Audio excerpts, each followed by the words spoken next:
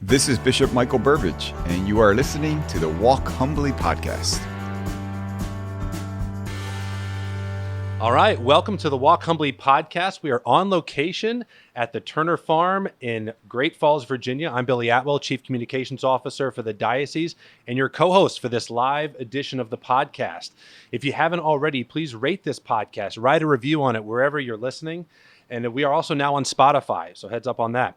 You can sign up for our e-newsletter at arlingtondiocese.org/email. You can follow Bishop Burbidge on Twitter at Bishop Burbidge, where every morning you can get a gospel reflection of that day. You can also follow the diocese on Facebook, Instagram, and Twitter. Send your questions for the bishop that are answered on this podcast email us info@arlingtondiocese.org.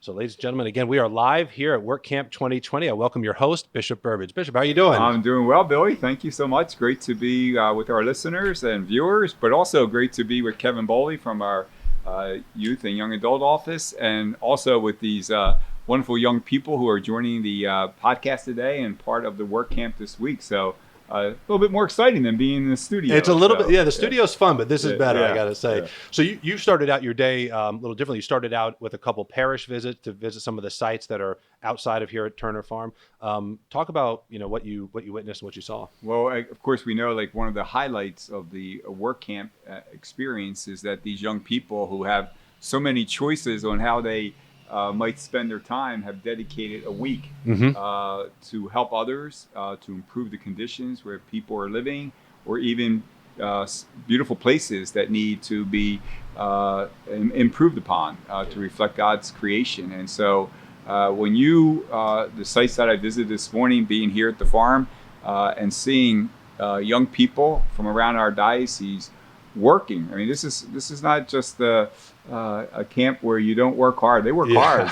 And to see their work and to see the joy that they find in helping others, and to see the fact that they're doing it together. And of course, with WorkCamp, it's always the spiritual component that's so important also. That's right. And speaking of that, last night you had adoration at Holy Spirit Catholic Church. What was that like, and what was your message for those that were there? Well, it's really powerful because they are our young people are working all day, and at the end of the day, to have a night like we did last night, to give them the time of just being quiet and being still with the Lord, which is not common in all of our lives, that they had the opportunity just to rest in the Lord. Yeah. And so I encourage them during the holy hour to entrust their work to the Lord, to trust any of the concerns of these past couple months that may have been weighing them down, knowing that He is so near and wants to hear from them. And then I basically encourage our students during the holy hour last night to say, "Speak, Lord, your servant is listening." Because whenever we give ourselves to the Lord, He has a specific and a unique message that He wants to share with each one of us and to our hearts. And so I encourage the students, above all else, just to be still in the Lord's presence and come away with the message that He wanted you to hear. I think if you were to ask the average person, would adoration be one of the highlights for a young person's camp?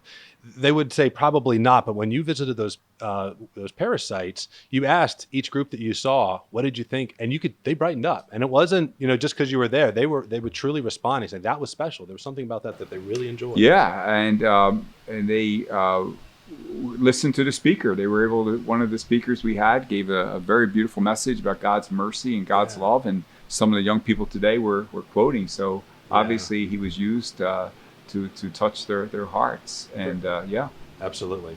So we've got our first guest for the podcast is Kevin Boley. Kevin, welcome to the podcast. Thank you. Thanks for the invitation. Thank you, Bishop, for inviting me and for coming out live to WorkCamp. Well, it's great to have you here, Kevin. You know how proud I am of you and everyone on your team for making WorkCamp for all these years an experience for our young people, including this year with its unique circumstances. There may be some listeners who are not familiar with WorkCamp and its history, so maybe you could just give us just a little background on that. Sure. So WorkCamp has been happening in the diocese since roughly 1992, 93. And every year we pick a location in the diocese to go out and repair homes. And so parishes from all over the diocese come together, and typically we're at a big public school, and we call that home base. and we live there, and then we go out from there to serve. But because this year, with all the the COVID concerns, obviously we weren't able to do that. So we rebooted WorkCamp. So actually, this is called WorkCamp Reboot, with the idea that it's parish based this year. And one of the great things is that WorkCamp is always supposed to be about young people serving at home. That's why we do it in our own diocese. But these young people are truly serving out of their own parishes and serving right here in their own communities.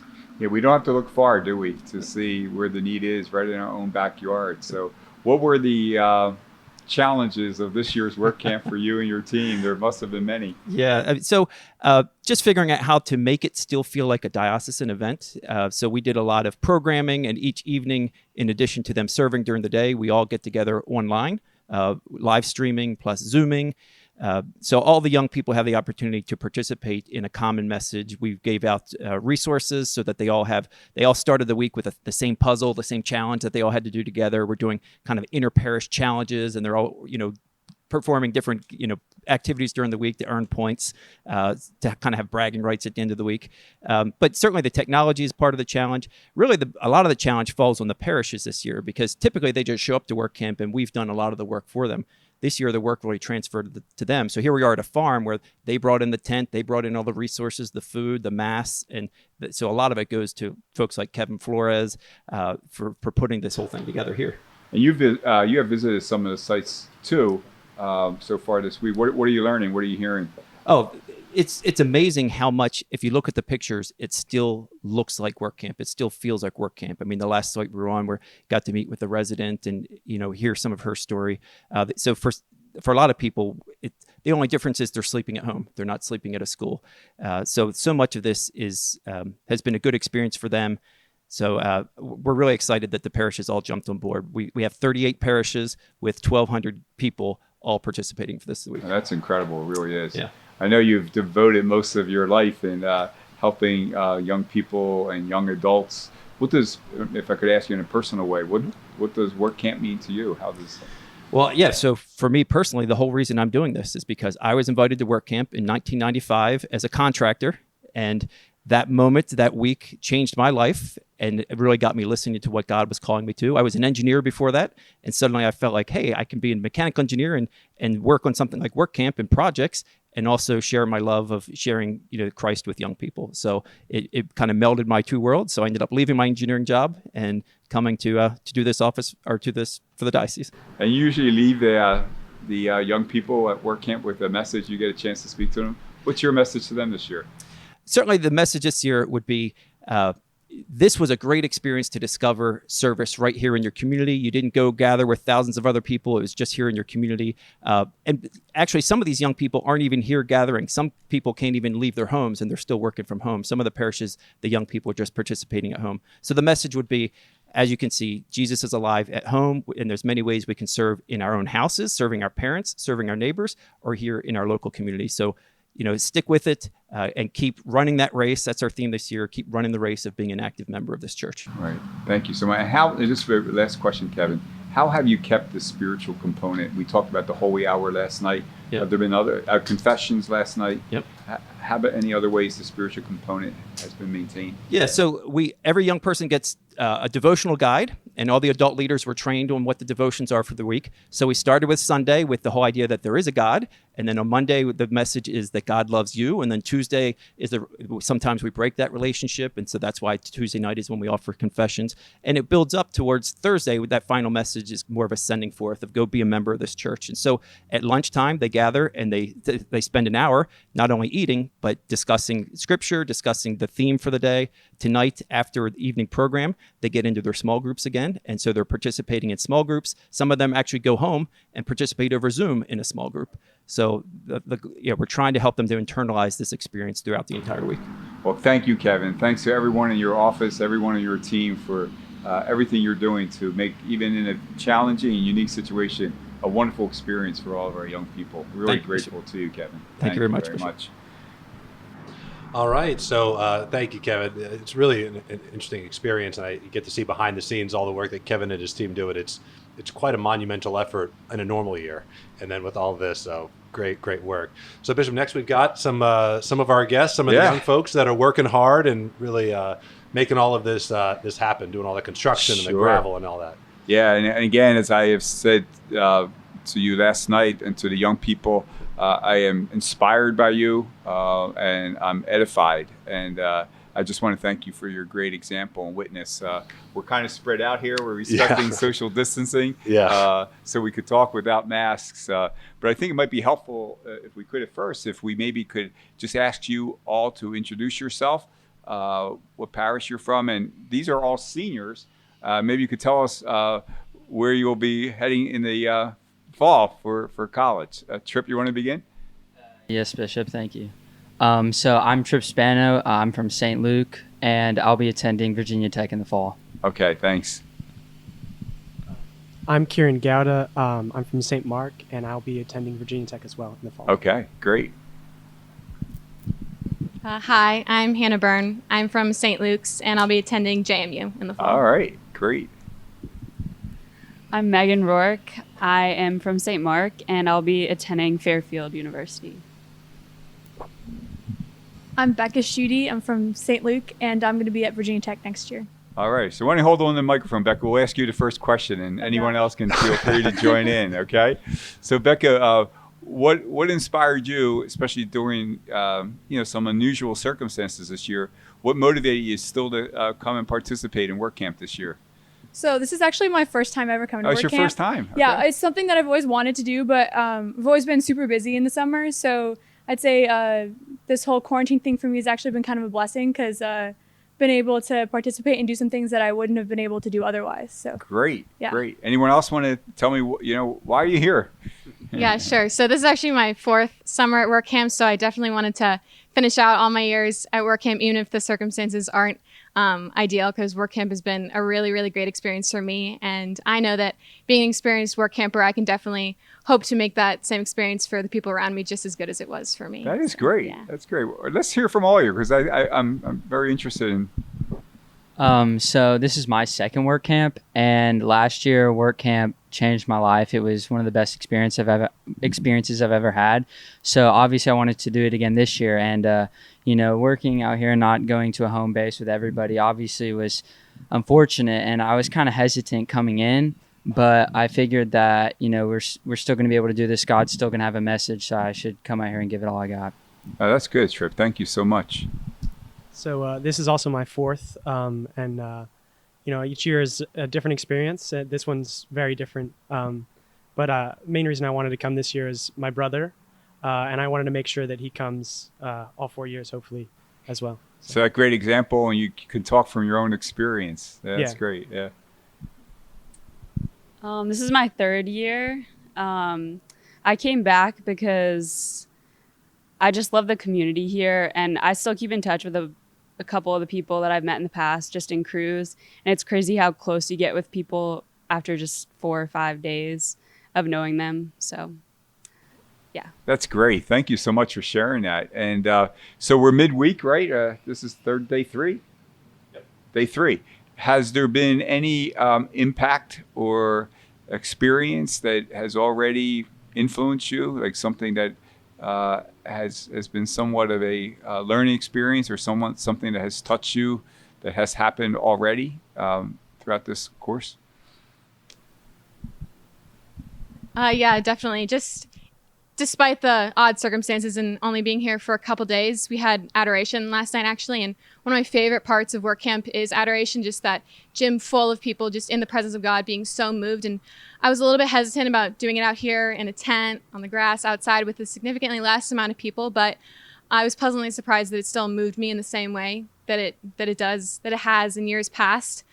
So yeah, that's definitely something that it was a big pleasant surprise for me that I'm definitely gonna take a big note of. That is beautiful. Thank you for sharing that. Anyone else? Yeah. So for me last night, when Steve was talking about the prodigal son and how more of it was a story of a father running to the son instead of a son returning, I've always known that God would always come to me, but it was more of a realization that he's not just like walking to me, he's running to me. And it was very comforting to know, especially in these troubling times, that even though sometimes my faith might be challenged and it could be on a downward slope, that all I have to do is turn back to God and he'll run right run right back to me, and it's very comforting. That really was a powerful message. It was the first time I heard that kind of imagery used to explain that very familiar gospel story. So I like you, Trip, I was very touched by that story. And that's who God is, right? He runs to us to embrace us in love and mercy. Thanks for sharing that. Yes, sir. Thank you. Yeah. Anyone else? Could you repeat the question? Sorry. Yeah. Was there anything that has happened so far this week that has had an impact on you? Yeah, I really like using the tools, and I feel like being a carpenter, we get to build chairs and stuff like that, and it brings us closer to Jesus because that's some of the skills that he had. Oh yeah. We may not be using the same tools, but it's still really meaningful to end up with a finished product that I feel like Jesus could have also done. That's great. That's a great answer. Yeah, I love that. Yeah. He gives us the tools we need to do his work, right? In many ways. Yeah. In many ways. Anyone else? Yeah. Yeah, I like how we all just have, everyone here has like the common, like we have it in common that we're all here for God and we're here to do work for our community, but also we're trying to strengthen our own relationships with God. So I like how I think that's why we get so close, because we have something in common. Like I didn't know a lot of these people, even for my parish. I knew some of them, but after this, I think it's nice that this year it's a smaller group. I do really like quote unquote normal work camp, but it is nice that we're getting close with St. Luke's as well. So right, there's a great advantage. There's advantage both ways in being part of a larger group or a smaller group, but both remind us of the same reality: is that we are all part of something bigger, aren't we? We're bigger, than more than just a parish. We're part of a diocese. We're more than just a diocese. We're part of a universal church, and that's celebrated here in beautiful ways. And thanks for highlighting the spiritual component, because this is more than just volunteering hours to work, which is so important, but it's about growing closer to Christ with the help of others and through service. So that's great. How about your families? Do they have any advice for you as you embarked on work camp in 2020? Because it's certainly different for them. Were they supportive of your idea, or did they give you any encouragement that was helpful? I guess they were. You wouldn't be here if they weren't supportive, right? Yeah.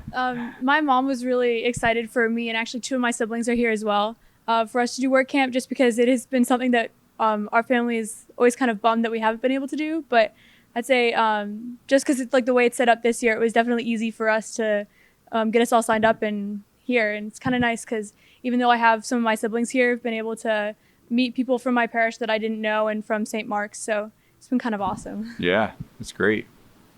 Thank you, everyone. Yes.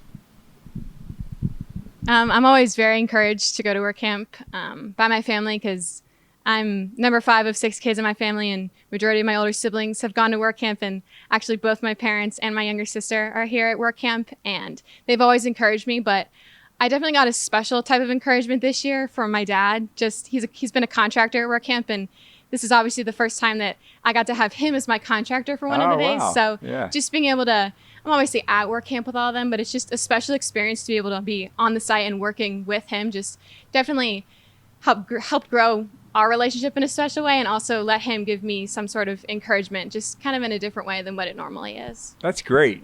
And I bet you always will remember this too. Oh, for sure. Yeah. Absolutely. Yeah. Well, I have one more question, but I asked the easy question. Billy asks the hard question, so I have one more, but maybe we'll let you ask a question also, Billy. Okay. For someone who didn't come this year, either because of the changes, the disruption, whatever it might be, what would be your encouragement for them next year? Let's say we're in the same circumstances and they're still not sure that they're going to get involved and they're going to do it. What would be your selling point? The elevator speech, as they say, like you only get a couple minutes. What would be like your way of communicating to them the importance of coming, that it's still a special event, it's still something that they're going to get a lot out of? What would you say to them?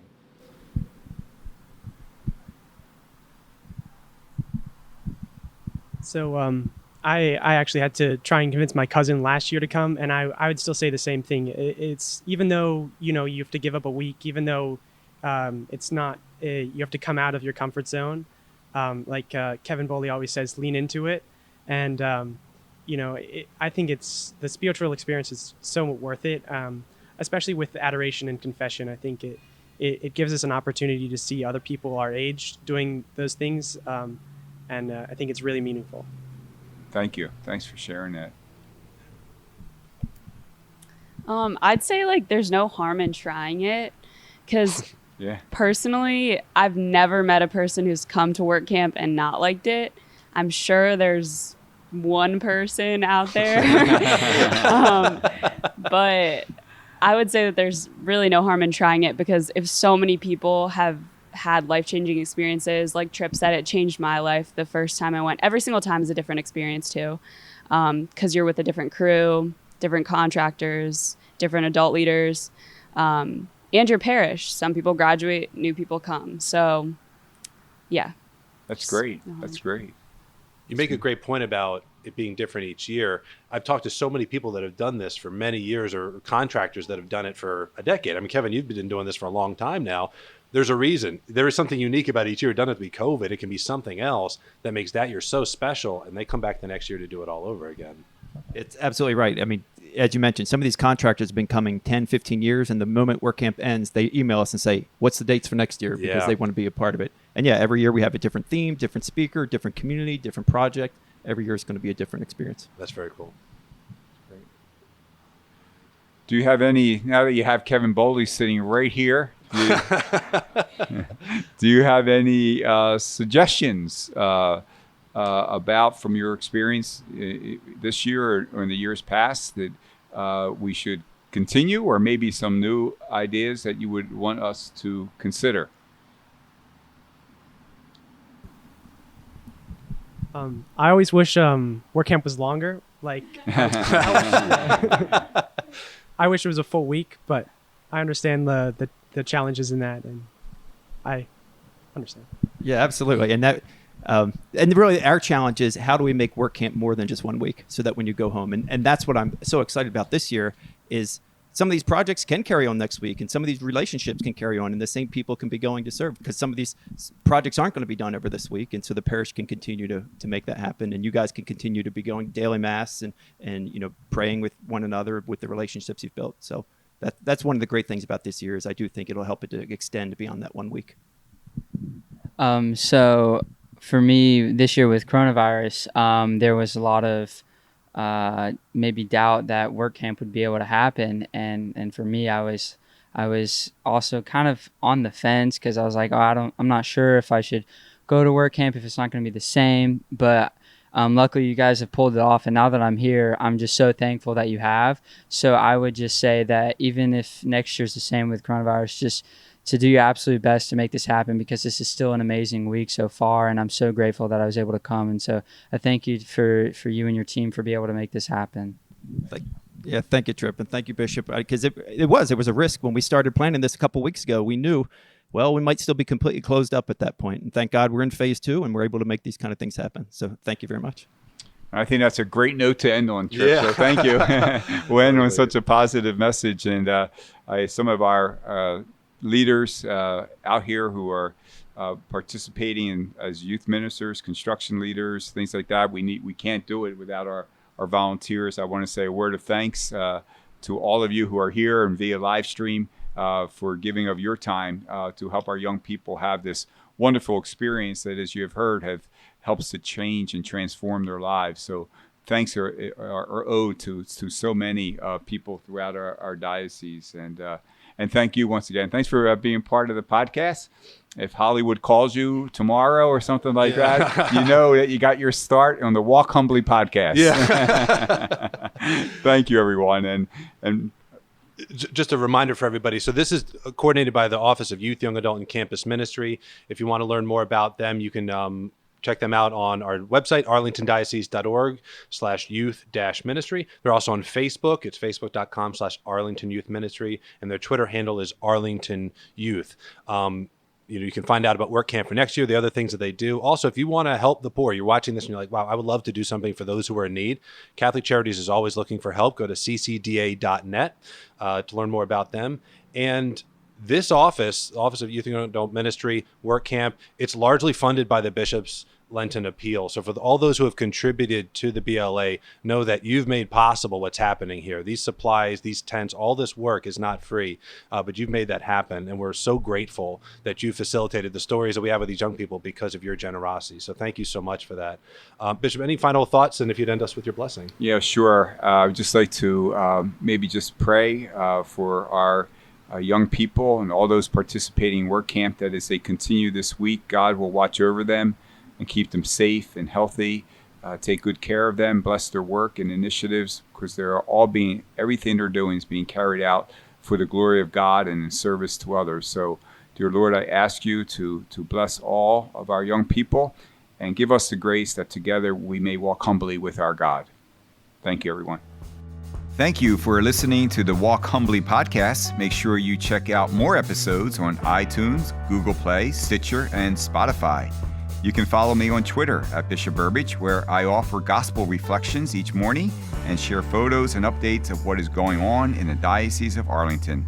Stay up to date with news, event information, and inspirational content by subscribing to our e-newsletter at arlingtondiocese.org.